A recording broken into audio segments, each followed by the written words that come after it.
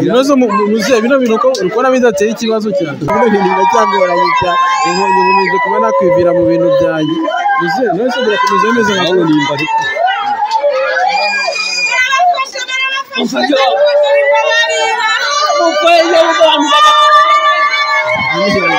Ndacyagoranye cyane. Atugerageze twinjire mu bana. Kureko n'ibintu. Ibibazo mubyeyi byagenze gute n'ibintu biri. Uyu mubyeyi bamuvuga ngo ni umusambanyi agasamba bamuvuga ko ari umusambanyi yahoraga ari gusambana ariko ntajyamye kwabonaga. Ese nta musaza ko tumubona ashaje yashatse akana kangana nka kuri uriya ni umugore we. Uriya ni umugore we. Ariko musanzwe umuzi ko asambana cyangwa ni bwo bwa mbere mubashe kuba mwabibona? Ntabwo ari ubwa mbere ariko ntabwo twari twamubonye ubwo bwa mbere. Uyu musaza yari yararushe. Uyu musaza yari yararushe rwose, yari yararushe kuko urebye nta kuntu batavuze, ariko none uyu musaza yari yararushe, none uyu muntu watanze imiti umva yakoze imiti neza kabisa.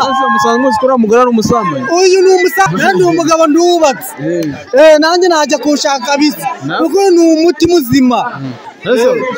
Mugawe kuki wajemo mu bagore w'abandi? Njewe umugamye wona mugabo afite.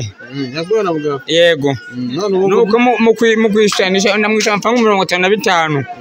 Arambya ngo tugere ngo mugabo ngo karajyamye. Nuko mu kujyama rero nje wakanje makero umupfubuzi. Ni umupfubuzi njewe. Ako nako ndumupfubuzi, ako nanje kugira ngo cyangwa muciture. Mana ya. Amakuru uyu mugore ni ikiraya yarananiranye bamuvugaga ntitubimenye. Bite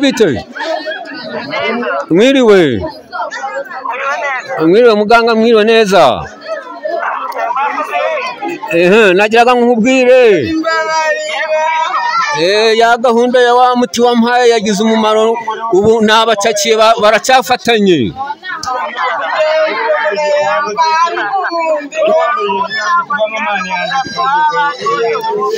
Yego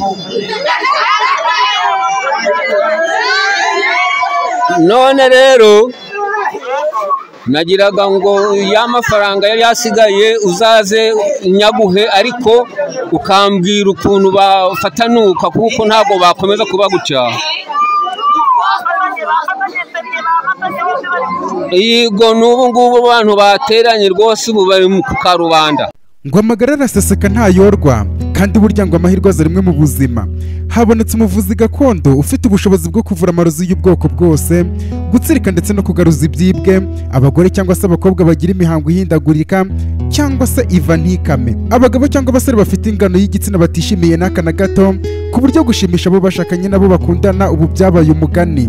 Uyu muganga gakondo abikoraho rikaka, kubabara mu kiziba cy'inda, kwishima ku mugabo, ubwo ni ku bagabo bya hato na hato. Uyu mugabo byose ngo bikoraho rikaka, imyijima yo mu bwoko bwose, igifu ndetse n'izindi ndwara zigoranye cyane. Uyu muganga gakondo abifitemo umurage, yewe yaranabihuguriwe. Akarusho kuri uyu muganga, aho waba uri hose hirya no hino ku isi, agufasha bitabaye ngombwa yuko uhagera.